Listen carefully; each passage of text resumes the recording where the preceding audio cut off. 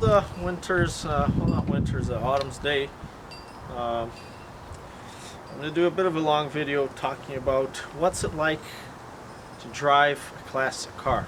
It's been a few years and I've had a lot of experience with these cars, and I've been able to hear various opinions, misconceptions and ideas from people that I talk to. Every single time, I think I've said this before, but every single time that I drive a car, there's always somebody that stops to talk about the car.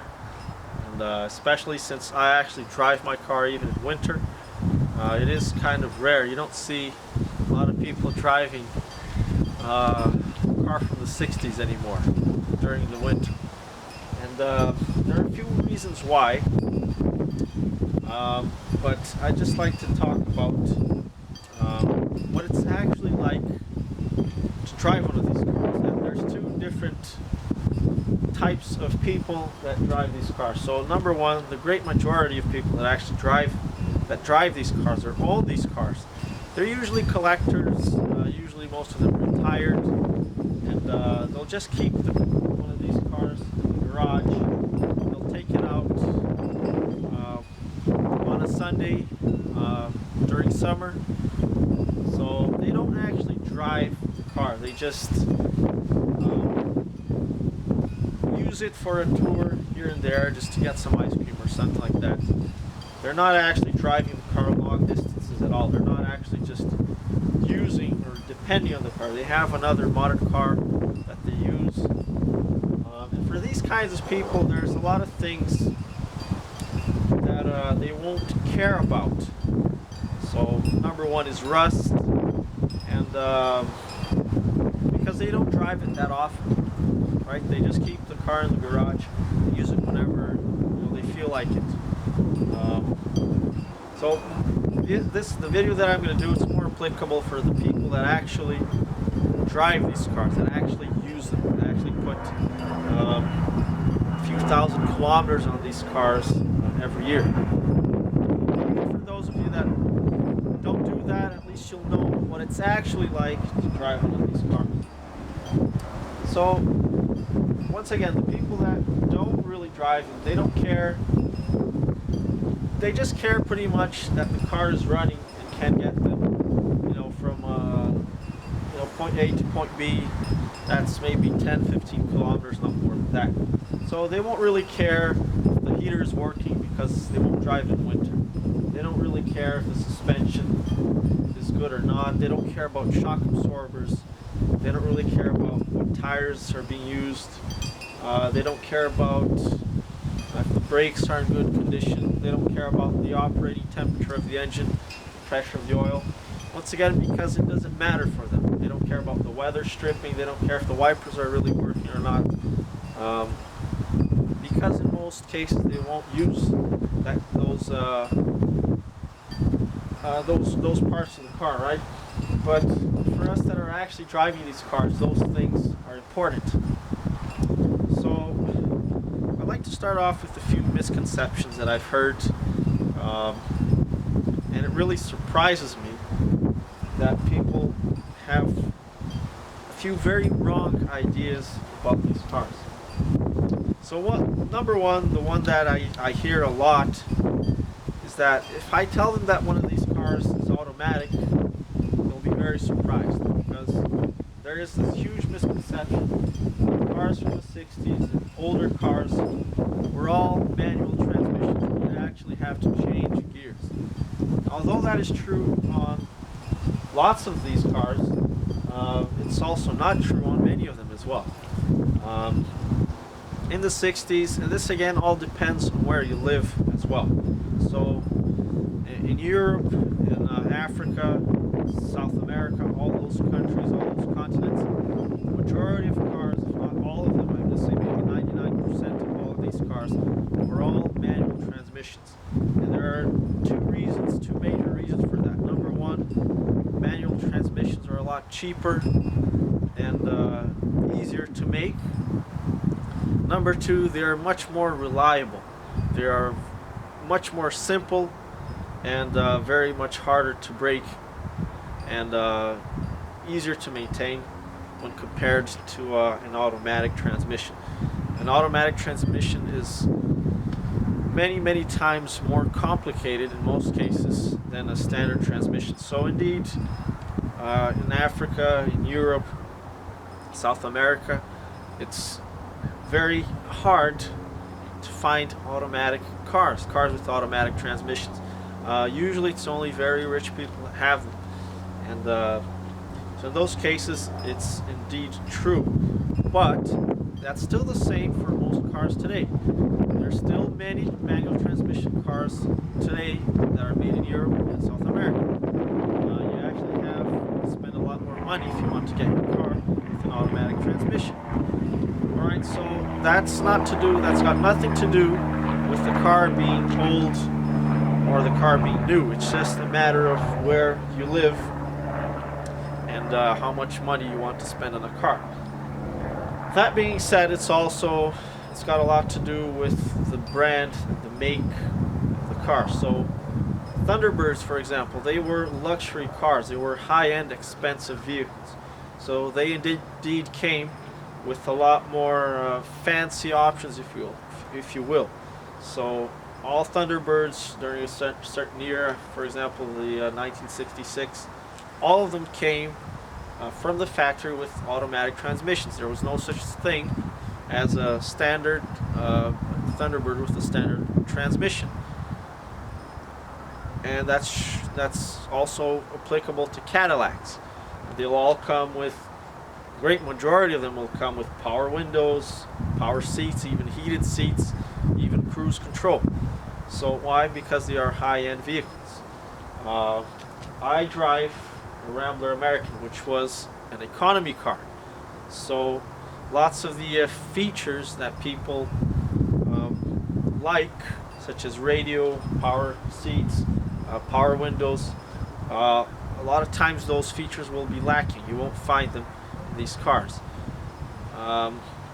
Although it was quite possible that you could find them. So back then, once again, I think I've said this before, but back then, buying a car was very different than buying a car today. And believe it or not, it used to be a lot cheaper. Yes, people have more means today, but compared to how much you have to spend today, you used to have to spend a lot less money in a car. You talk to people that worked in this era, it wasn't a huge job doing a transmission rebuild or a head gasket replacement. Talk to people today, people can spend as much as $5,000 on changing a head gasket, between $2,000 to $5,000 for head gasket replacement. Most people today have that kind of money, but it's still more expensive. Just because you have more money today doesn't mean that that things are cheaper or more expensive. For example, that being said, wages have increased, let's say about 50%. I'm not exactly sure how long, but let's say 10 years. But although the wages have increased 50%, the workload has increased 70%. So although things have gotten better for workers, things have gotten much better for the rich. Right? So that's sort of a bit of another subject, but that sort of explains why back then you used to have so many options in cars. So today you pretty much just go into the dealer or wherever you go, you just buy the car. That's it. Back then you used to be able to choose various features on the car, and even the Rambler American. So my Rambler, for example, it's got no power seats, it's got no power steering, and no power brakes. But they were optional features. So some cars, same make, same model, same year, they came with these different features. You just have to be able, you would choose them, and you just have to spend more money on them. So if you wanted your car to come with the radio, you'd have to spend another, I don't know, $100 or $20. This is back then, right? If you wanted your car to come with power steering, you used to have to spend more money. And once again, on some cars, these features were optional. On some cars, they came standard from the factory that way. So some features you could choose, some features you couldn't. And once again, this all depends on the make. So that being said, if you're actually driving one of these cars, you need to pick a car that suits your needs. And that's the same today. Well, some people say, well, okay, these cars are slow. Well, it depends what car you have. There are many slow cars today, right? You take your Thunderbird and you put it against a little Toyota, like a 1.5 liter Toyota. The Thunderbird is gonna be much faster than the little Toyota. So once again, this has got nothing to do with age of the car. It's just got to do with your needs. If you want a fast car, if you want to get tickets, you want to get a fast car, you want to go drag racing, you want to go racing, you're going to need a car with a powerful engine, maybe a V8, maybe a V6, maybe an inline 6, an inline 8. And that's the car you're going to pick. It's going to be a car that's lower, the overall height of the car. It's got lower clearance, less clearance from the road. If you want an off-road vehicle, then you're going to get a Jeep. You're going to get a different vehicle. It's impossible for you to have, not impossible, but there isn't a single car today that you can use for off-roading and you can use for drag racing. You can't take it to the 4 mile because they're completely different. They're opposite forces. Speed and force are opposite forces in the car. So once again, it's all to do with which car you can choose.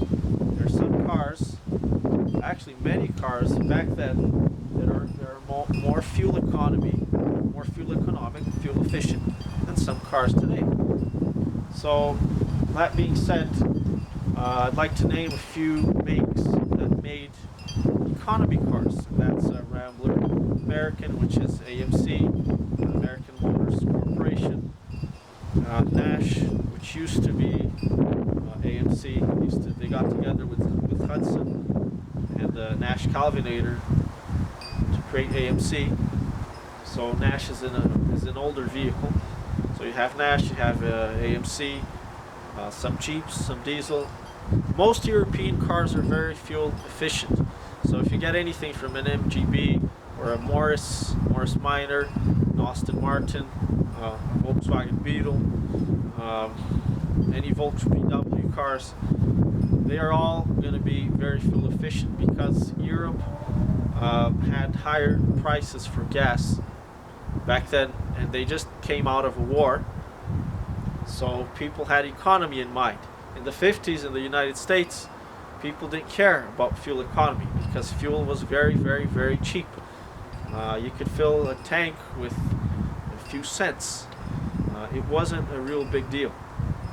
Okay, so that's why during the 50s and 70s, 70s especially, all American cars, well, the great majority of them came with, they were huge boats, huge ships. But you look at cars from the 30s and 40s, there wasn't many V8 cars. They were all smaller cars, more geared toward fuel economy and reliability because people weren't being able to change the cars every year. So every car, every decade or so has a specific characteristic, right? Specific trends that car manufacturers as well as car buyers were following. So once again, this is still the same today. You go to Europe, you go to Africa, people are driving tiny cars. They're driving little Minis, they're driving little Coopers, they're driving tiny cars. You go to Canada, you go to the United States, you won't find a lot of big cars. You'll find people with big trucks, big Dodge Rams, you'll find them with big V8s. Because they just have the money for it. They don't want little cars. They want big. They want to feel big, powerful. So they have big cars. If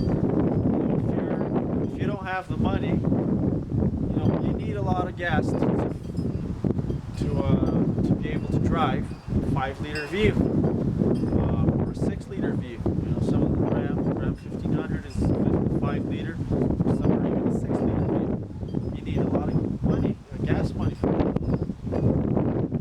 So once again, same with the trends. Different countries had different trends in different eras, right? Lots of British cars, they were small to facilitate parking spaces. You know, parking in London was never fun, right? So once again, there's a few misconceptions that people tag cars, and this is one of them. You know, size of engine, size of the car, fuel economy, and all that. So I guess the second thing is power brakes, power windows, power steering, and all that. I guess I pretty much covered all that, but being specifically for power brakes. Most cars from the 60s, I'm going to say until the early 60s, didn't have a power assist on their brakes, with the exception of the big high-end cars such as Thunderbird Cadillacs, Corvettes. They all came, Firebirds, they all came with power brakes. Once again, because faster cars, you need to have faster braking. If you're driving a slower vehicle, you don't really need racing standard brakes. Right? You can just do with normal non-power assisted brakes. So once again, this all goes back to what you need the car for. If you're racing the car, you know, if you've got a heavy foot, then you need to get a car with power brakes, right? But some people think that these brakes are bad. They are not bad at all, not in my opinion. You know, women and children used to drive them back then, and you know, they drove them just fine. It doesn't make a huge difference. The second item is a few safety items such as ABS, airbags, and seat belts. Seat belts didn't become mandatory until the late 60s, if I'm not mistaken. So all of the earlier cars didn't come with seat belts. When seat belts first came out, people thought it was silly. People thought it was ridiculous. You're driving around with a belt around your body. But you not buying a car, you're saying a car isn't safe because it doesn't have seat belts, is the same as not buying a car because of the tires. You know, tires are easily changeable. It's very, very easy to install seat belts, and I highly recommend, if you are driving a classic car, that is indeed a must. But it's got nothing to do with the car itself. See, nowadays, cars, in my opinion, have become really bad, and the standards of quality are much lower because people are no longer buying the cars because of the cars. They're not buying the car because of driving. They're buying the car because of the features, the other features the car has.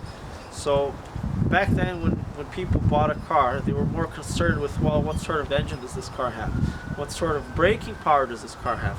What sort of handling and steering does this car have? Things actually to do relevant to actually driving the car.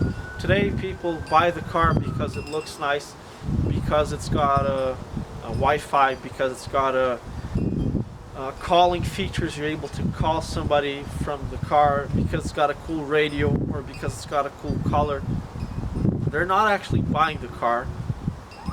They're not actually choosing the car based on driving. They just care about the features, the other features that the car has. Space. Once again, they won't care. You don't hear a lot of people asking about transmissions, engines. What are the common problems? So that trend has sort of shifted, right? And that's the reason manufacturers catch that. If they can sell you on Wi-Fi and technology features, you know, maybe a car that can, you know, alert you it's got a backup light camera. It's got a I'm sorry, not a backup light, just a backup camera. If they can sell you on those technology items, then you won't really pay attention to the mechanical and to the actual features of the car itself. And I think that is very bad, and that's really dangerous.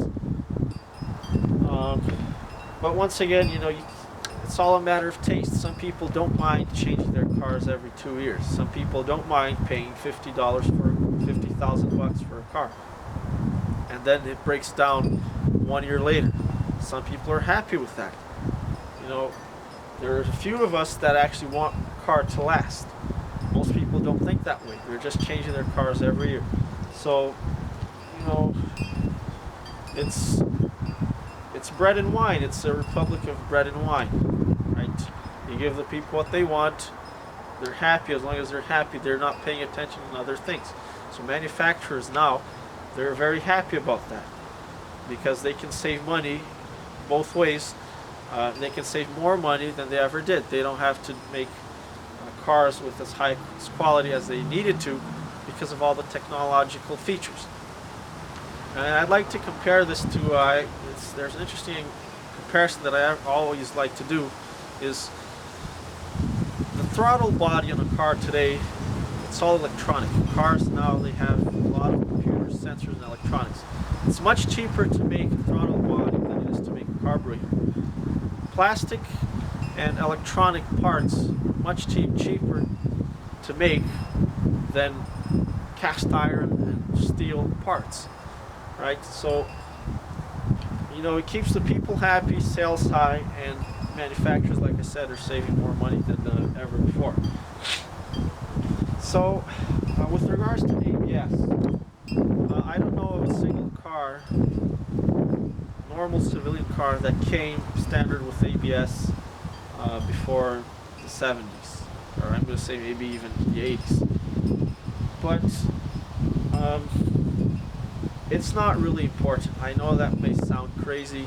Some people laugh and say, "You're crazy to say that." Well, have you ever heard of anybody being saved from an accident because they used the ABS? At least I haven't. If you have good driving habits and you always keep a safe distance and follow speed limits, then an ABS system is obsolete. You will never use it.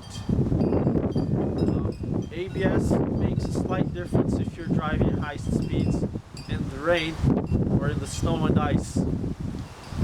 But if you're driving safely, you won't need them. As far as airbags are concerned, once again, it's got nothing to do with the car itself. It's a feature. Airbags are a very good invention. They are good. I'm not gonna lie. And most cars. Once again, when I say classic cars, I refer to cars made before 1985. For me, and all the cars made after that are no longer considered. They're not considered to be classic cars by me. So just keep that in mind. And I don't know any classic cars that came with airbags. However, there are companies that install them. So when I hear somebody say, "Well, I'm afraid of driving a classic car, but because it doesn't have airbags." Well, once again, it's like saying you're not going to buy a car because you don't like the tires. You can get tires changed in the same way that you can get airbags installed. I'm not saying it's cheap, but it's doable. Sometimes I debate whether it's really necessary. Cars back then, they were much heavier and they were much stronger than cars today. So that is a defense in itself. You throw a bowling ball against the paper ball, a ball of paper. The ball of paper is just going to get smashed, and nothing's going to happen to the bowling ball. There's no point in putting airbags on a giant bowling ball. If you're driving a big V8, I wouldn't really be worried or concerned with an accident and having airbags. You get in one of these classic cars and you run it, you crash it against a modern car. I feel bad for the modern car. I know some people say, well, it's got airbags. Well, each animal has its defenses, right? If I'm driving a tank, I don't need airbags because everybody else is driving cars that are paper thin, right? If everybody was driving tanks, then yeah, I'd be worried. Some of the accidents in the 70s were very ugly to look at because you got a massive, 2-ton Thunderbird crashing against another 2-ton Eldorado, and it's without airbags, it wasn't pretty. In most cases, the car would just many cases the car would just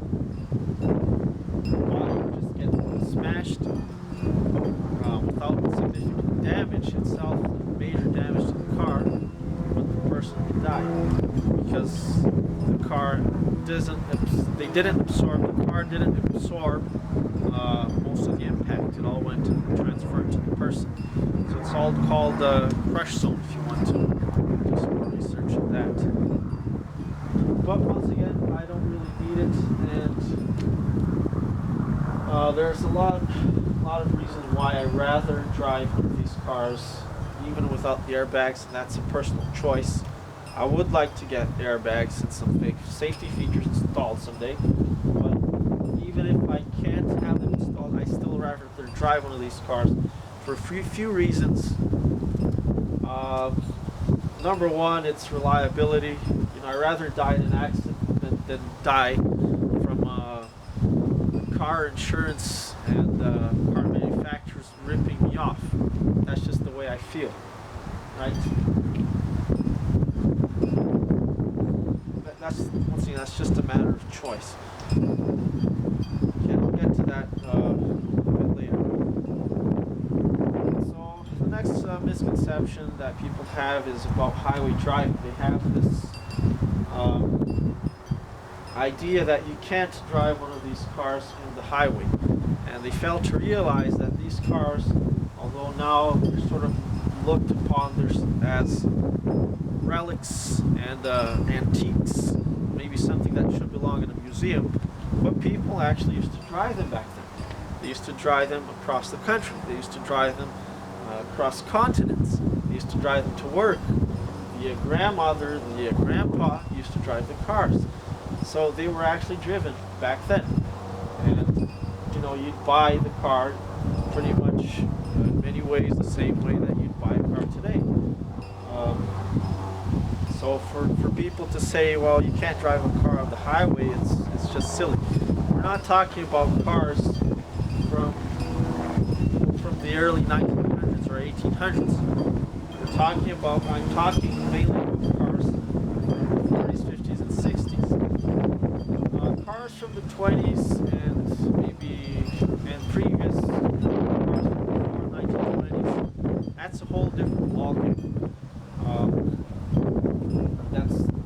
It's a whole different story. I'm not really referring to those. Those were days where most of the cars were carriages. They were horse-driven.